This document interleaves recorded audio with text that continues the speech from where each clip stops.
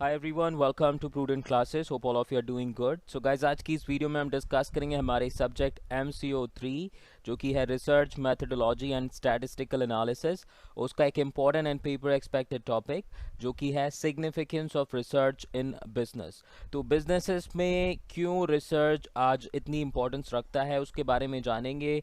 तो बहुत सारे इंपॉर्टेंट पॉइंट्स हैं जो हम डिस्कस करेंगे and this is the part second of the unit 1 discussion. तो सेकेंड वीडियो है। पहली वीडियो में मैंने बताया था about the concept of research in detail. जिन लोगों ने नहीं देखी, ऊपर आई का बटन होगा, आप उस पर भी क्लिक करके देख सकते हैं उस पर्टिकुलर वीडियो को, नहीं तो चैनल के प्लेलिस्ट में जाकर देख सकते हैं। Otherwise I will mention the video link in the description box, जिसमें जाकर भी आप इस वीडियो को देख सकते हैं। तो उस वीडियो को ज़रूर देखिएगा जिससे you will get to know about the concept of research. And इस वीडियो में हम डिस्कस करेंगे about the significance of research in businesses. Okay, so आगे बढ़ने से पहले हमारा जो मिशन है वो याद रखिएगा, विच इज़ 70% और more in our upcoming exams and we have to work for that. Exams बहुत ही जल्द आने वाले हैं, तो अपनी प्रिपरेशन स्टार्ट कीजिए। बहुत सारी वीडियोस अपलोडेड हैं ऑलरेडी मेरे चैनल पर, उनसे बेनिफिट लीजिए, कॉन्सेप्ट्स को समझिए और एग्जाम्स में अपनी परफॉर्मेंस अच्छे से देखे आइए। ठीक है, तो क्वेश्चन इस तरीके से पूछा जा सकता है और बहुत सी बार आपका पूछा भी गया है एग्जाम में, discuss the significance of research in business. तो जहाँ भी सिग्निफिकेंस की बात आ जाए रिसर्च की, तो आप सेम आंसर कॉपी पेस्ट कर सकते हैं, there is no issue with that. So guys, जो सिग्निफिकेंस है, चलिए आगे बढ़ते हैं, लेट्स स्टार्ट। और अगर आप मेरे चैनल पर नए हैं तो प्लीज़ सब्सक्राइब कर लीजिए, जिससे कि फ्यूचर वीडियोस की नोटिफिकेशन आपको मिल सके और अपनी जो स्टडी है उसको आप अच्छे से कर पाएँ। तो गाइज, ज़्यादा बड़ी वीडियो नहीं होगी, I will take 15 to 20 minutes maximum, and जिसमें हम जो भी इंपॉर्टेंट कॉन्सेप्ट्स हैं वो डिस्कस करेंगे। तो I will be discussing about 14 significant points of research in business. तो अभी मैं सिर्फ आपको मेन हेडिंग्स प्रोवाइड करूंगा, साथ में इनिशियली जो 5 हमारे इंपॉर्टेंट पॉइंट्स होंगे इंपॉर्टेंस के या सिग्निफिकेंस के रिसर्च के, वो इस पर्टिकुलर वीडियो में मैं प्रोवाइड करूंगा with examples and diagram. And बाकी के जो रिमेनिंग सिग्निफिकेंस वाले पॉइंट्स होंगे वो मैं प्रोवाइड करूंगा आपको फर्दर वीडियोस में। ठीक है, सो नाउ लेट्स स्टार्ट। सबसे पहला जो सिग्निफिकेंस है रिसर्च का बिजनेस में, कि रिसर्च जो होती है that helps in quick and objective decision making. तो रिसर्च के थ्रू आपकी जो डिसीजन मेकिंग है वो कैसी हो जाती है, क्विक हो जाती है एंड ऑब्जेक्टिव हो जाती है, and this is the first significance of research in business. Now let's talk about the second important significance of research in business. तो second important significance है, research helps in choosing the best and effective course of action. तो किसी भी business की अगर हम बात करें तो कोई पर्टिकुलर एक्टिविटी को करने के लिए बहुत सारे कोर्सेज ऑफ एक्शंस होते हैं अवेलेबल, और रिसर्च के थ्रू आप बेस्ट एंड इफेक्टिव कोर्स को चूज कर सकते हैं। ठीक है, तो second important point is research helps in choosing the best and effective course of action. Now third point is research helps in providing quantitative treatment to business problem. तो जो भी बिजनेस प्रॉब्लम्स होती हैं उनको रिसर्च क्या देती है, quantitative treatment. Okay, चाहे प्रॉब्लम आपकी क्वालिटेटिव नेचर की क्यों ना हो, लेकिन उसको क्वांटिटेटिव ट्रीटमेंट आप रिसर्च के थ्रू दे सकते हैं। Okay, now the next significance point is research helps in identifying new projects. तो न्यू प्रोजेक्ट्स कोई भी अगर बिजनेस के लिए अवेलेबल होगा तो रिसर्च के थ्रू आप उसको आइडेंटिफाई कर सकते हैं। तो fourth important significance point is research helps in identifying the new projects. Now the next point is research helps in effective discharge of managerial function। तो बहुत सारे managerial functions होते हैं एक organization में, और research के थ्रू उन मैनेजमेंट फंक्शंस को या मैनेजरियल फंक्शंस को आप इफेक्टिवली डिस्चार्ज कर सकते हैं। ओके, तो याद रखिएगा first 5 points, help in quick and objective decision making, helps in choosing the best and effective course of action, helps in providing quantitative treatment to business business problems, research helps in identifying the new projects, and research helps in effective discharge of managerial functions. Okay, तो I am sure कि ये पहले 5 points आपको याद हो चुके होंगे। Now let's proceed to the next 5 points. So next point और the next importance of research in business is research helps in formulating business policy and strategy. रिसर्च के थ्रू आप क्या कर सकते हैं, बिजनेस पॉलिसी एंड स्ट्रेटजीज को formulate कर सकते हैं। Now the next point is research helps in developing और इन्वेंटिंग न्यू प्रोडक्ट्स। तो नए प्रोडक्ट्स को डेवलप करने के लिए, इन्वेंट करने के लिए भी आप क्या कर सकते हैं, रिसर्च को यूज़ कर सकते हैं। तो रिसर्च के थ्रू जो डेटा आपको मिलती है उसके थ्रू आप देख सकते हैं कि मार्केट में रिक्वायरमेंट क्या है, कस्टमर्स को क्या कैसा प्रोडक्ट चाहिए, और उस तरीके से आप एक better and new product develop कर सकते हैं। Now the next point is research helps in establishing relationship between functional areas of the business। तो जितने भी business के functional areas होते हैं उनमें रिसर्च क्या करती है, एक रिलेशनशिप एस्टैब्लिश करने में हेल्प करती है। ठीक है, तो रिसर्च के थ्रू क्या कर सकते हैं आप, जितने भी फंक्शनल एरियाज होते हैं बिजनेस के उनके बीच में आप एक रिलेशनशिप एस्टैब्लिश कर सकते हैं। Now the next point is research helps in efficient management of the production function। तो अपने जो production function होता है business का उसके efficient management में भी research काफ़ी help करती है। ध्यान रखिएगा production function जिसमें आपको अपने प्रोडक्ट के प्रोडक्शन से रिलेटेड बहुत ही इंपॉर्टेंट डिसीजंस लेने पड़ते हैं। तो जितने भी डिसीजंस होते हैं रिसर्च के थ्रू आप क्या कर सकते हैं, उनको एफिशिएंटली मैनेज कर सकते हैं। तो efficient management of production function can be done through research. Now research helps in framing purchase और मटेरियल डिपार्टमेंट पॉलिसी। तो जो हमारा कंपनी का या ऑर्गेनाइजेशन का परचेज या मटेरियल डिपार्टमेंट होता है उसकी पॉलिसीज़ को अच्छे से फ्रेम करने में भी रिसर्च हेल्प करती है। तो रिसर्च हेल्प्स इन फ्रेमिंग परचेज और मटेरियल डिपार्टमेंट पॉलिसीज़। ओके, तो बाकी के ये आपके और 5 इंपॉर्टेंट पॉइंट्स आ गए हैं। Research helps in formulating business policy and strategy, research helps in developing और inventing new products, research helps in establishing relationship between functional areas of the business, research helps in efficient management of the production function, and research helps in framing purchase और material department policies. तो इन points को याद कर लीजिए, detail में मैं आगे discuss करने वाला हूँ, डोंट वरी। आपको कैसे अपने आंसर को लिखना है एग्जाम में, I will definitely provide you those points and I will provide you diagrams as well. तो बढ़ते हैं नेक्स्ट स्लाइड पर। बाकी के जो रिमेनिंग 4 पॉइंट्स बचे हैं सिग्निफिकेंस के उनको डिस्कस कर लेते हैं एंड उसके बाद फिर डिटेल में 1 बाय 1 स्टार्टिंग के 5 सिग्निफिकेंस वाले पॉइंट्स हम डिस्कस करेंगे डिटेल में। ओके, तो नंबर 11 या point number 11 is research helps in efficient running of marketing function. तो जो मार्केटिंग फंक्शन होता है बिजनेस का उसको एफिशिएंटली रन करने में भी रिसर्च काफ़ी हेल्प करती है। तो research helps in efficient running of the marketing function.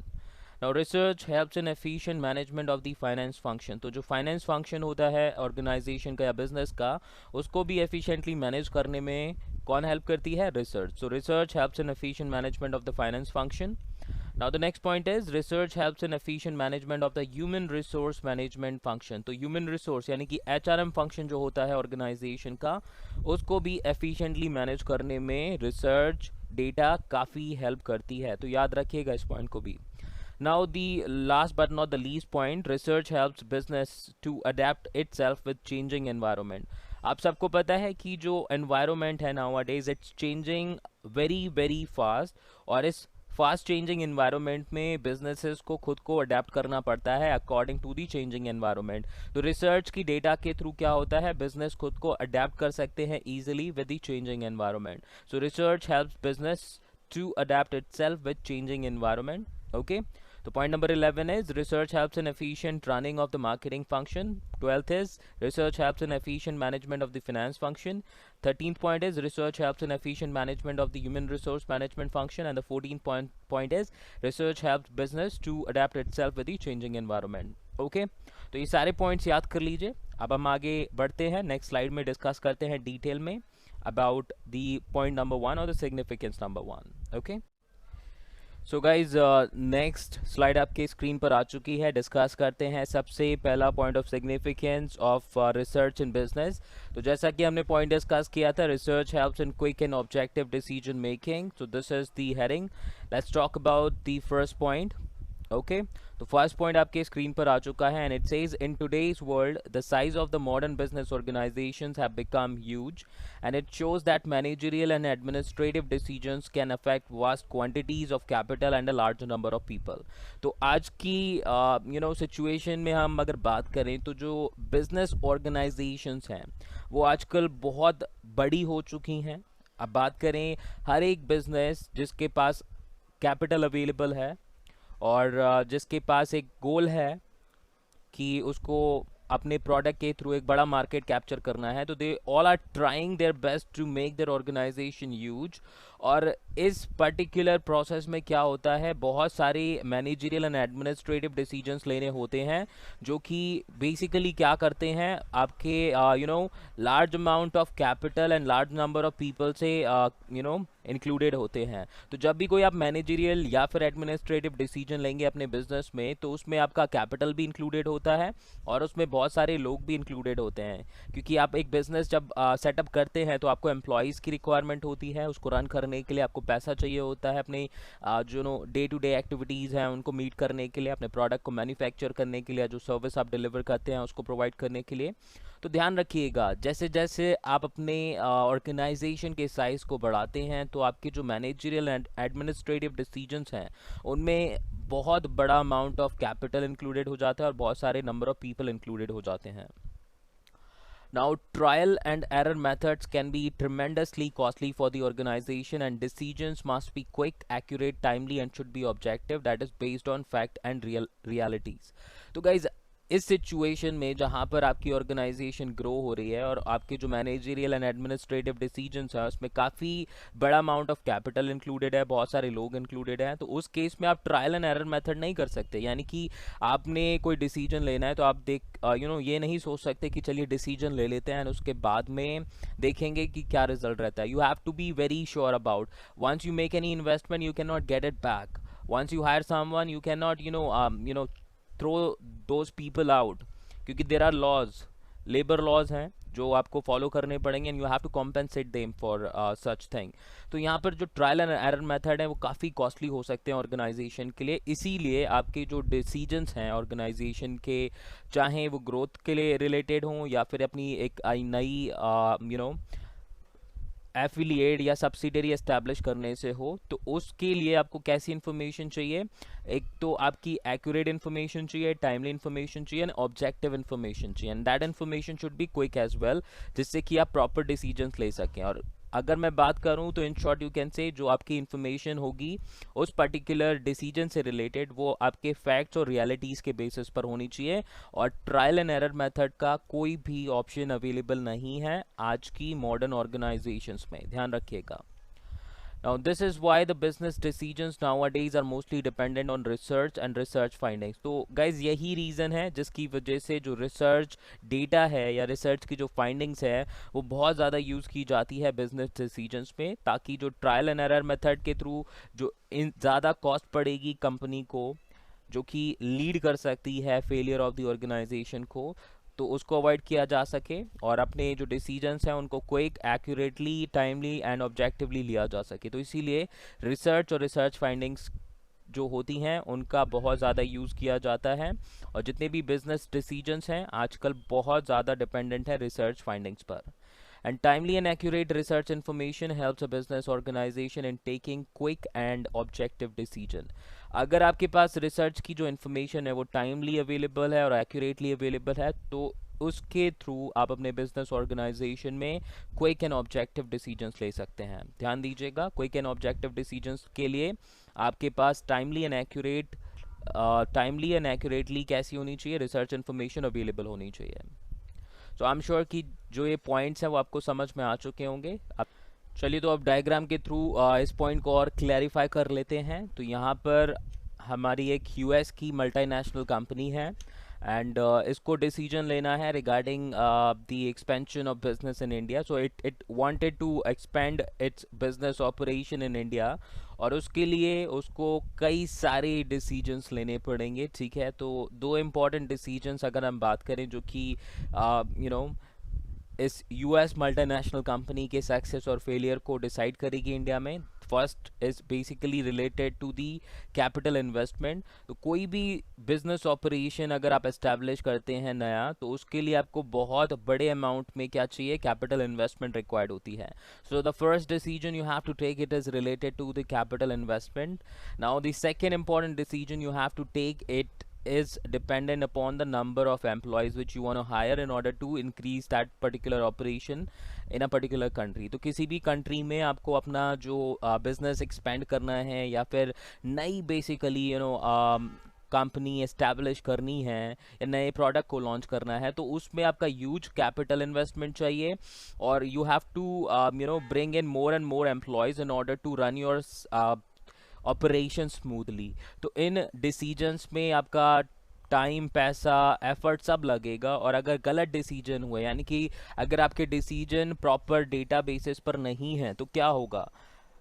Subjective decision के केस में आपको फेलियर मिलेगा। लेकिन अगर आपने डिसीजंस रिसर्च की फाइंडिंग्स के थ्रू किए हैं, रिसर्च वगैरह करा के किए हैं, तो आपका जो डिसीजन है वो सक्सेसफुल रहेगा। सो आई एम श्योर कि ये पॉइंट भी क्लियर होगा आपको। Let's proceed to the next slide. Let's discuss the second important significance of research in an organization. तो second important significance है research helps in choosing the best and effective course of action. तो जितने भी course of action available होते हैं किसी organisation के पास, उसमें से सबसे बेस्ट और इफेक्टिव कोर्स को चूज़ करने में रिसर्च जो डेटा है आपको बहुत हेल्प करती है। Let's discuss in detail. So in a business organization, the management is always interested in choosing that course of action which is the most effective in attaining the goals of the organization.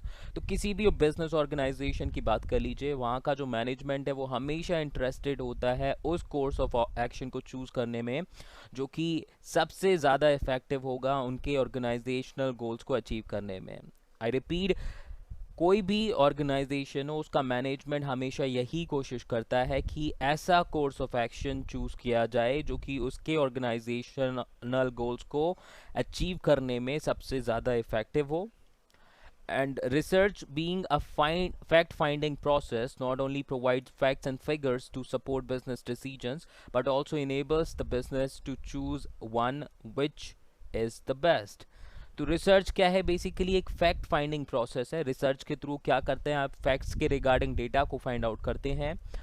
तो रिसर्च के through आप basically क्या करते हैं? Facts and figure obtain करते हैं जो कि आपके बिजनेस डिसीजन से रिलेटेड होगा और इसके थ्रू आप एक बेस्ट और इफेक्टिव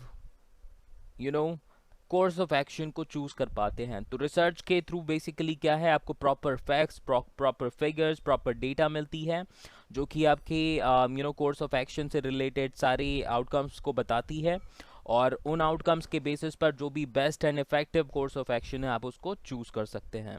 तो ध्यान दीजिएगा, रिसर्च क्या करती है? आपको बेस्ट और इफेक्टिव कोर्स ऑफ एक्शन को चूज करने में हेल्प करती है इन दैट वे।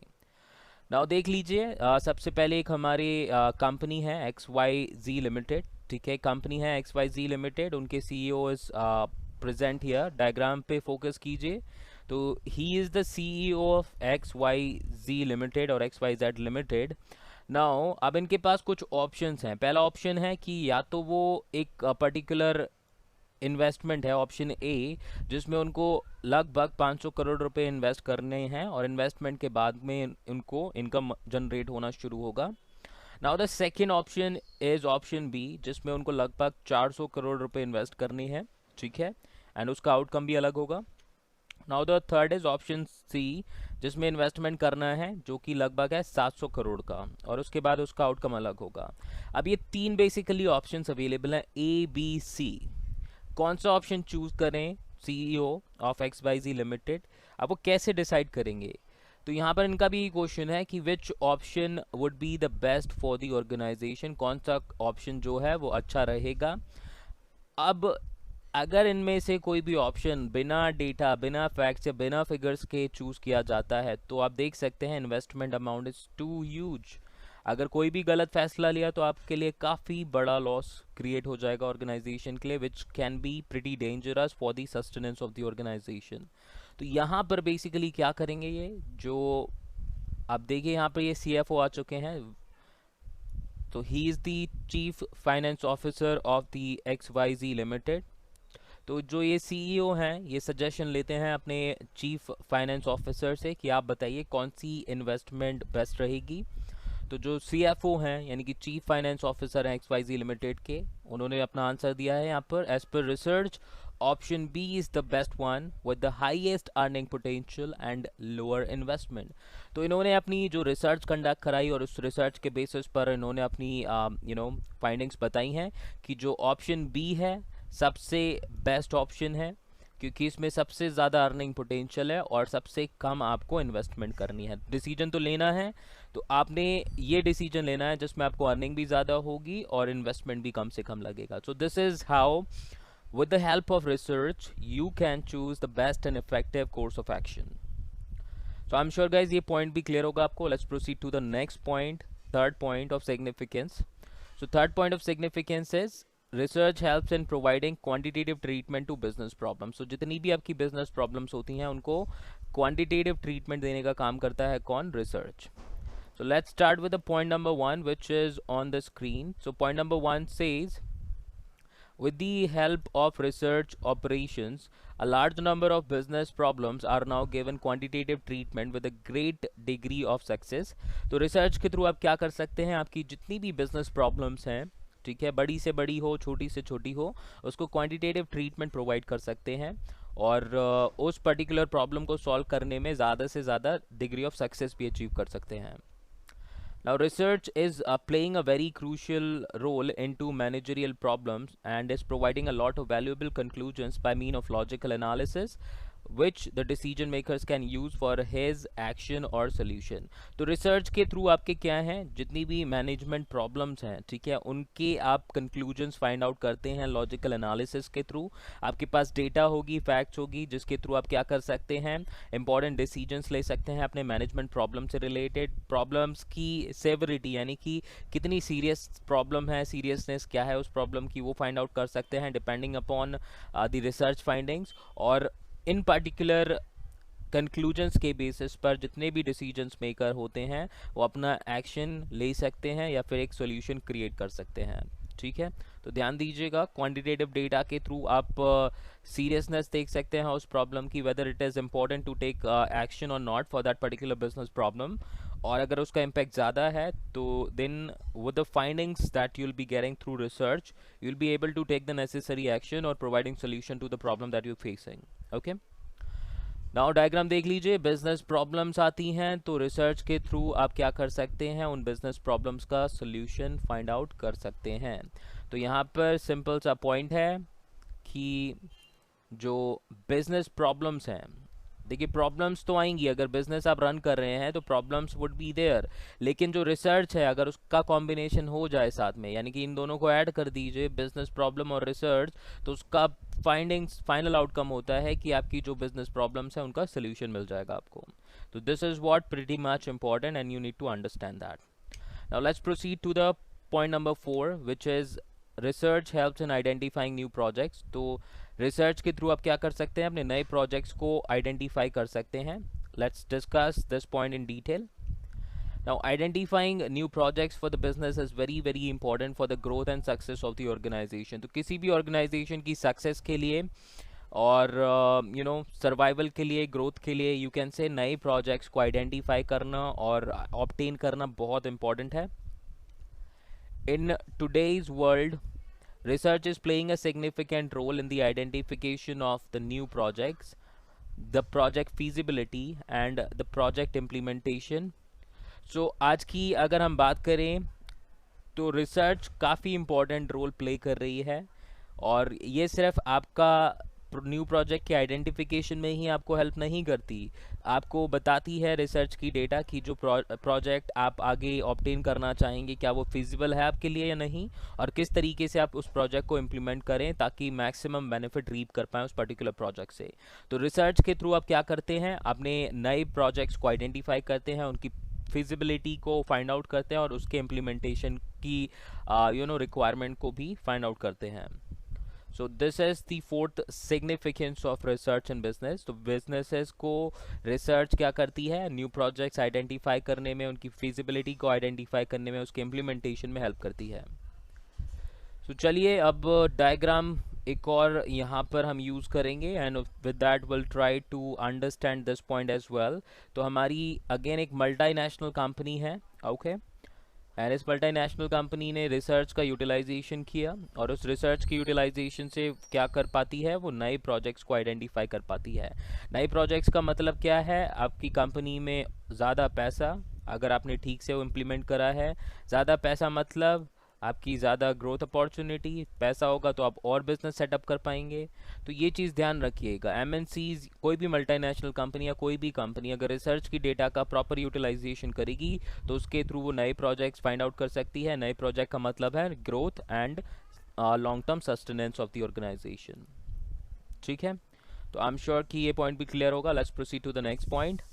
सो अभी हम इस वीडियो का लास्ट पॉइंट डिस्कस करेंगे जो कि 5वां सिग्निफिकेंस होगा, which is research helps in effective discharge of managerial function. तो रिसर्च के थ्रू आप क्या करेंगे, जो मैनेजरियल फंक्शंस हैं उनको इफेक्टिवली डिस्चार्ज कर पाएंगे। तो गाइज अगर ये वीडियो अच्छी लग रही है और आगे के पार्ट्स अगर आपको चाहिए तो कमेंट करके ज़रूर बताइएगा आपका फीडबैक क्या रहा है इस वीडियो से। अगर थोड़ी भी हेल्प कर पाई है ये वीडियो आपको तो आप इसको लाइक कीजिए और जितना हो सके अपने दोस्तों के साथ शेयर कीजिए ताकि वो भी एग्ज़ाम्स की प्रिपरेशन कर सकें। माई एम इज़ टू एंश्योर कि हर एक स्टूडेंट जो कि इस वीडियो को देख रहा है और अपने एग्ज़ाम्स देने जाएगा वो अच्छे मार्क्स स्कोर कर पाए अपने एग्ज़ाम्स में और किसी भी तरीके से फेल ना हो। गाइस ध्यान दीजिए, एग्ज़ाम्स में I can understand how painful it is. अगर आप अच्छे से पढ़ के नहीं जाते या फिर अच्छे से पढ़ के जाते और मार्क्स आपके अच्छे नहीं आते तो उसी चीज़ को अवॉइड करने के लिए I am putting my efforts ताकि आपको कम टाइम में ज़्यादा से ज़्यादा सीखने को मिले। तो मेरे इस एफर्ट को थोड़ा सा मोटिवेशन दीजिए और इसको शेयर कीजिए अपने दोस्तों के साथ में ताकि वो भी अपने स्टडीज़ को ईजी बना सके और अपने लर्निंग पर फोकस दे सके। Okay, so now the point says a manager has to perform a lot of tasks in the organization to make it successful. In order to perform his task efficiently, he needs subjective and objective data related to different projects and operations.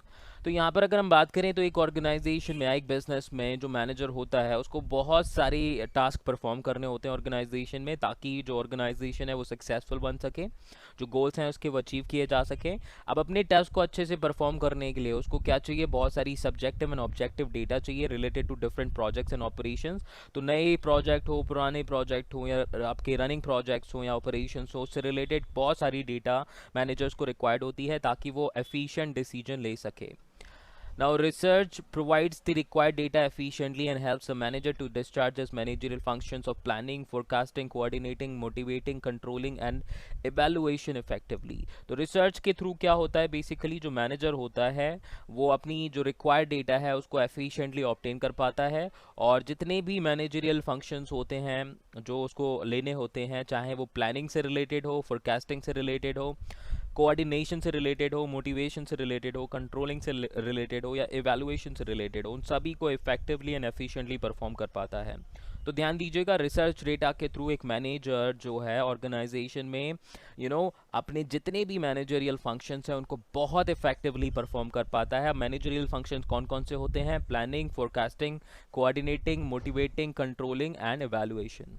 Okay, so I am sure कि ये point भी clear होगा। चलिए अब diagram के through इसको भी और क्लियर कर लेते हैं। जैसा मैंने बोला लास्ट पॉइंट है हमारे इस वीडियो के डिस्कशन का। I want to make sure कि वीडियो ज़्यादा लॉन्ग ना हो जिससे कि आपको ज़्यादा टाइम ना लगाना पड़े। नेक्स्ट पार्ट में इसके बाकी के रिमेनिंग 5 पॉइंट्स हम डिस्कस करेंगे और लास्ट वीडियो में बाकी के रिमेनिंग 4। तो 3 पार्ट्स में ये वीडियो होगी बेसिकली। तीनों पार्ट्स देखिएगा ताकि आप एग्जाम में अगर एक 20 मार्क्स का मिनिमम क्वेश्चन आएगा तो 20 में से 20 अचीव कर पाएँ। सो रिसर्च बेसिकली क्या करती है, हेल्प करती है effective discharge of managerial functions. ठीक है, तो यहाँ पर इसके थ्रू बेसिकली क्या होता है, जो एक मैनेजर है वो सक्सेसफुल बन जाता है। तो रिसर्च का अगर यूज़ करता है मैनेजर तो उससे अपने जो मैनेजरियल फंक्शंस हैं उनको इफेक्टिवली डिस्चार्ज कर पाता है और इफेक्टिवली अगर वो अपने मैनेजरियल फंक्शंस को डिस्चार्ज करेगा तो वो एक सक्सेसफुल मैनेजर बन पाता है। ठीक है, तो ध्यान दीजिएगा, रिसर्च के साथ में आपका रिसर्च का रिजल्ट होता है, रिसर्च की डेटा के थ्रू आपके मैनेजरियल फंक्शंस इफेक्टिवली डिस्चार्ज हो पाते हैं और at the end you'll become a successful manager and your organization also becomes successful. Okay, so now we are done for this particular video. अब मिलते हैं नेक्स्ट वीडियो में, discuss करेंगे कुछ और इम्पोर्टेंट पॉइंट्स। सो अभी के लिए इतना ही। Thank you so much for watching this video and perform your best in your exams. Bye bye.